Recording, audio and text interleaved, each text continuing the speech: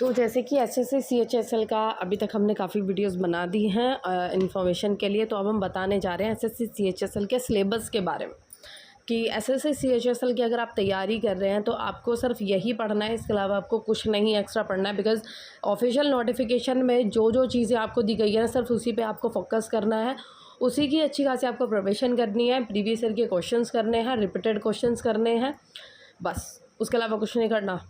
ठीक है, तो मैं आपको बताने वाली हूँ कि एसएससी सीएचएसएल का क्या सिलेबस है, जो सिलेबस इसमें दिया हुआ है।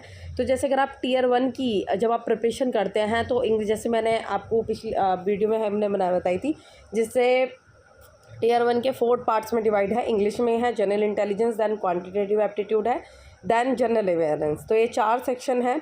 तो इसमें इंग्लिश में क्या क्या चीज़ें आने जा रही है, स्पॉट द एरर है, फिल इन द ब्लैंक्स है, synonyms and homonyms, एंटोनियम्स, spellings, detecting miss spelled, मतलब जो एरर्स नहीं होते उस तरीके से, idioms and phrases, and one word situation and substitutions and improvement of sentences, active passive voice of verbs, conversion, direct and indirect narrations, and shufflings of sentences parts, shuffling of sentences passage, and close passages and comprehension passage. बस इतना सा English का syllabus है। बाकी general intelligence की बात करते हैं तो उसमें कौन कौन चीज़ें आ रही हैं।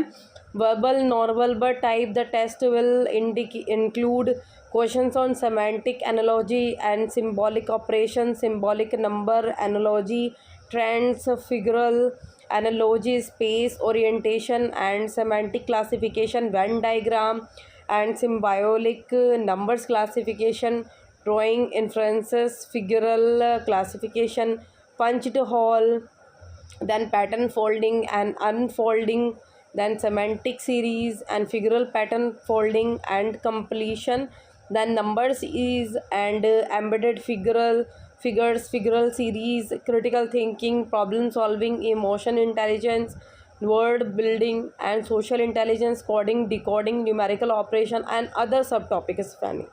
देन बात करते हैं क्वांटिटेटिव एप्टीट्यूड की, जैसे कि मैथ्स में, जैसे कि 12th के बेसिस पे एग्ज़ाम है तो उसी के लेवल तक आपका पढ़ना है, उससे कोई एक्स्ट्रा चीज़ें नहीं पढ़नी है। तो इसमें आपकी क्वांटिटेटिव एप्टीट्यूड में पहला जो पॉइंट है वो है नंबर सिस्टम। नंबर सिस्टम जैसे कि whole numbers, decimals, fractions, relationship between number. Then fundamental arithmetic operation, इसमें आपका ratio, percentage, proportion, square roots, average, interest, profit loss, and ये देखिए कॉमन टॉपिक है जो ज़्यादातर गवर्नमेंट एग्जाम में पूछे ही जाते हैं। Then algebra, school algebra and elementary surds and geometry में familiarity with elementary geometric figures, triangles and kinds of centres, similarity of triangles, ये सब चीज़ें। देन मेंस्ट्रुएशंस में triangle, quadrilateral, angular, polygon, circle, right, तो ये सारी चीज़ें इसमें पूछी जाएगी। देन ट्रिग्नोमेट्री में trigonometry ratios, complementary angles, height and distance, then ये आपका साइन एंड कॉस, ये पूछे जाते हैं। देन स्टैटिकल चार्ट्स में यूज़ ऑफ टेबल्स, ग्राफ्स वगैरह। देन जनरल अवेयर्स में जैसे कि आप जानते हो करंट आपको कंडीशंस, जो थोड़ा बहुत भी करंट इन्फॉर्मेशन आपके पास होनी चाहिए जो इंपॉर्टेंट है।